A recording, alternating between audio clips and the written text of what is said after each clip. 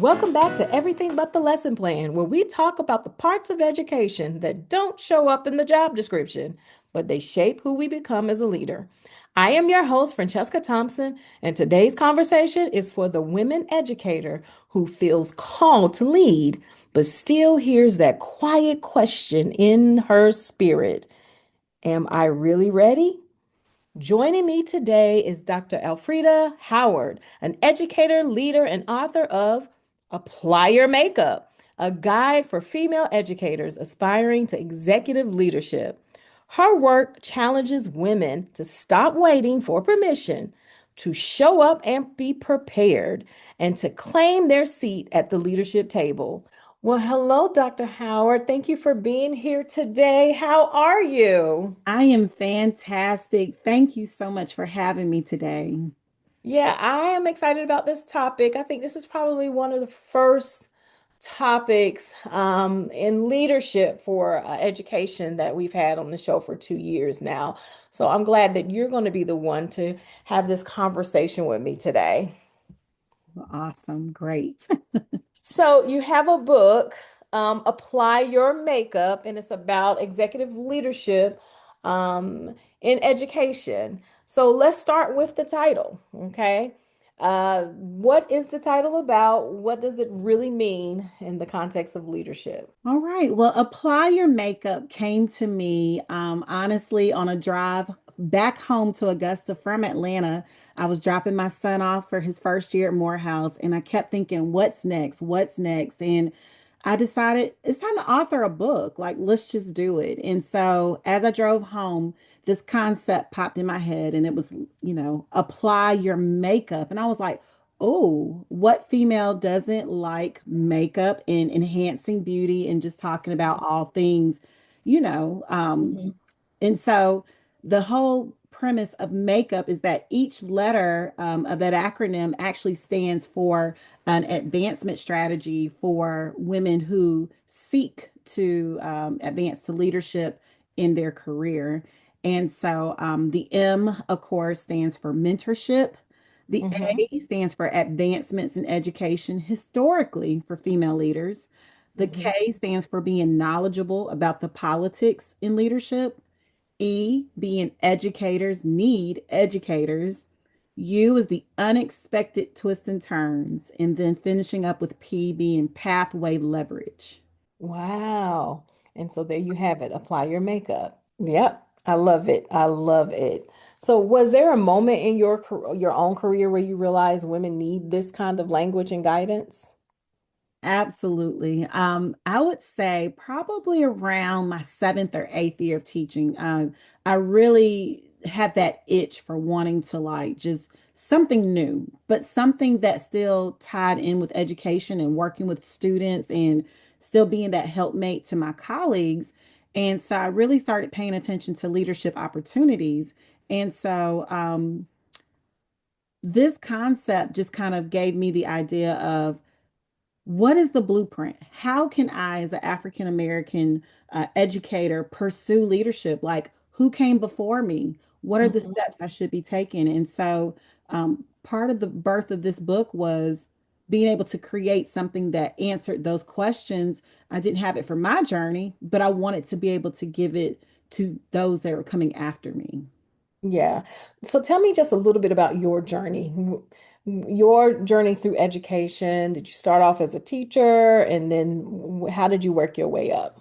Yes, so I was a classroom teacher for 12 years, actually 12 and a half years.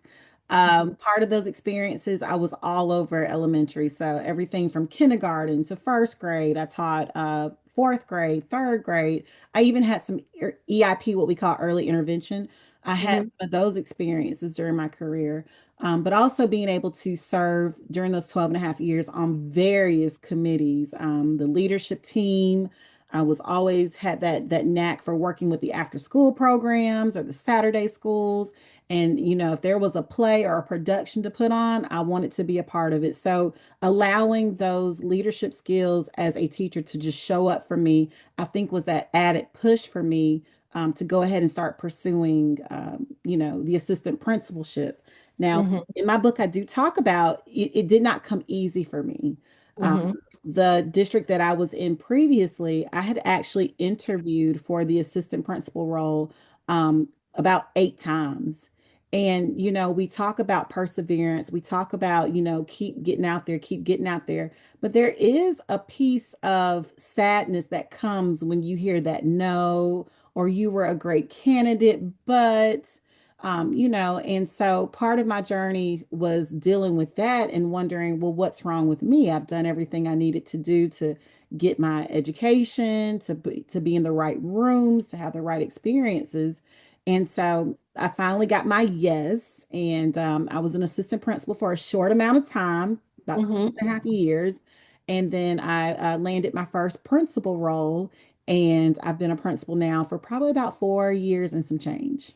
Oh, wow, that's great. You know what? I'm glad that you shared that story because and it takes me to my next question. When it comes to these roles and leadership, I think that a lot of women they feel that they need to be more prepared.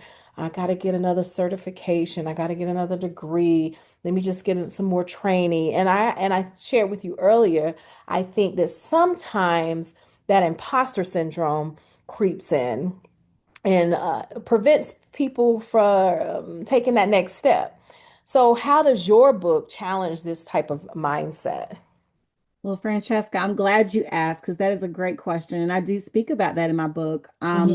So when I was working on my doctoral work at Georgia Southern University, part of my doctoral research centered around when women tend to apply for positions versus when our male counterparts do. And Hmm. so a lot of the times when a job is posted for leadership, men will see one or two criteria pieces that they match with, and they'll go ahead and apply for the position.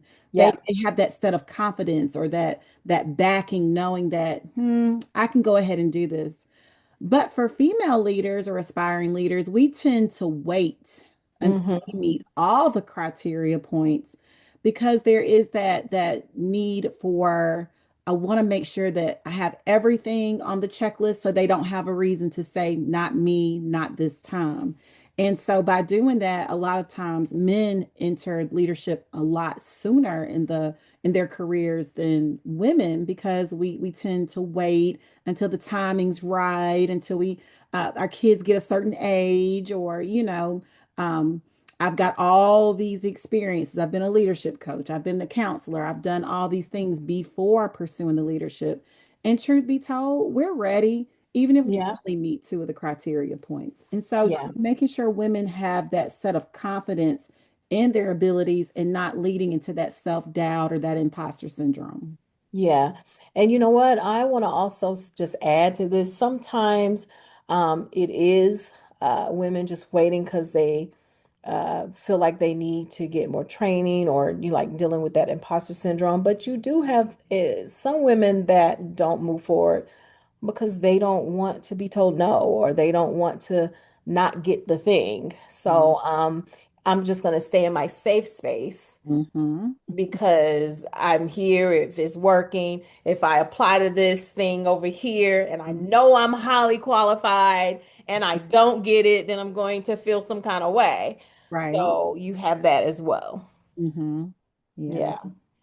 So Um, with educators listening right now, teachers, coach, or counselors who feel they're called to leadership but unsure where to begin, what are one or two practical moves you believe every aspiring woman leader should start making right now? Okay, well, it's very clear. If I can just for a moment be biblical, it says to write the vision and make it plain. Yes. I just believe that's a strategy move. That's a chess move. All aspiring leaders should have a plan. What does the next 2 years look like for you? What does the next 5 years look like for you? Does this include being able to add some networking and some mentoring opportunities to your network? Does it mean having those crucial conversations with your current leadership about what your plans and your visions are and your next steps? So being again having that confidence and not being afraid to initiate those conversations. But I am a firm believer in writing things down, posting it, and making sure you revisit it and revisit it often. If Yeah. you need to change it, but be clear about what it is you want and how you're going to get there. So that's the first thing. The second thing is that I always believe your work speaks for you long before you step into a space or into a room or at those tables. And so being able to make sure that the work you do, it supports your current leadership's vision and mission. But also that, you're not afraid to tell your leadership, hey, I would like to serve on this committee, or have you considered this? Here's some ideas. How can I support and help in that work? So just really putting yourself out there. And I had to learn the hard way that failure is not the opposite of success. Failure is part of the journey. And so there are going to be those opportunities where maybe it didn't work out the way you envisioned it, or maybe that path was not linear. There were some ups and downs and lefts and rights. So just being able to be well-rounded in the sense that every failure, every success is part of the journey. Hmm. And I'm glad that you said, tell your leadership team what it is that you want to do, right? That Mhm. you want. And I think that is so important because I feel like some people wait to be asked to Mhm. be a part of, but I've been working with my principal really closely these last couple of years on different projects, and I see like the scope of his job and all of the things that Uh, he has to deal with, yes. from custodian to classroom, right? Just from the entire building and all of the things. And I'm like, I know he got to go home every day exhausted. Yes. Yes, he does. And so I'm thinking, when I'm thinking about people who are waiting to be asked or to be told, hey, you're doing such a great job in this area, we love you. That sometimes it's just not gonna happen. Mhm. Okay, you're right. And so it's kind of like put yourself out there, go out there and seek those opportunities, ask a leadership team, and I know they'll probably be willing to have you serve. Am I correct? Absolutely. Okay. So what are some common mistakes that you see women make when pursuing executive roles? Well, I think it's a little bit like we've already talked about. Mhm. You know, again, not believing that you're ready or you're the right fit. And something I say to myself every single day, you are enough. We have Yeah. to own that. We have to believe that. Now, that doesn't mean that we don't cultivate and evolve ourselves, but you are enough and you were called to this opportunity. So, we have to stop talking ourselves out of our abilities, the things that we deserve, and the things that we are ready for. So that's a mistake I often see, just the self-doubt, and the just, not talking confidently about who you are in your aspiring to leadership. Another mistake I see that women make, as we said, just kind of waiting around and waiting for the opportunity to come seek you out. But again, being the person that's going to take that initiative and just go ahead and, hey, I'm ready for this, and making things known. Um, and then, talking a little bit about that imposter syndrome, sometimes we often compare ourselves to I was going others. to talk about that. Thank you. Yes, and I'm here to tell you comparison is the thief. Like, it's the Mhm. thief of joy. And so being careful to, yes, of course, you want to research and find out what are other prominent females, what was their journeys, what did it look like, their pathways, but not taking that as a measurement stick to your Yeah. success and what your journey is going to look like. And so we've got to be careful about those comparisons because we are all unique. Our experiences are going to be unique, and we just have to be able to tap into the unicorn of who we are. Yeah. I love that. That's great. I was hoping you would touch on that because I do think in the world that we live in currently, comparison is just kind of there in your face every time you open up an app. You are seeing things and then you're measuring up yourself to, am I good enough? Should I be doing this? So I'm glad that you spoke on that. Mhm. So, Dr. Howard, before we close, what final message would you leave with a woman educator who knows leadership is calling her, Mhm. but is they're fearful still of making that move. Well, you know what? I have this principle called "So what? Now what?" Um, Mm, you already know you've been called to leadership. So what are we going to do about it? And so, my message would be: go ahead and find your circle. Who's mm, going to be that team of people or the circle of individuals that you can lean on, but you can lean into, right? yes.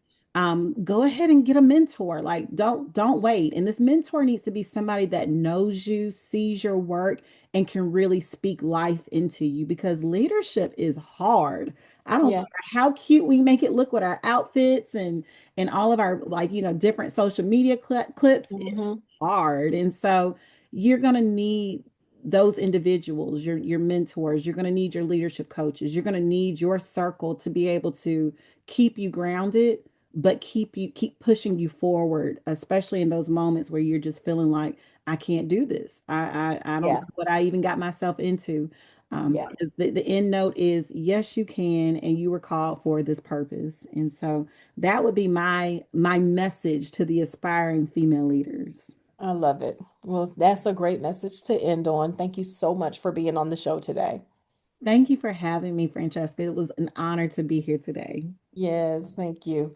So, to our listeners, if today's episode resonated with you, I encourage you to grab a copy of Apply Your Makeup, a guide for female educators aspiring to executive leadership positions, and start preparing for leadership role that you already deserve it.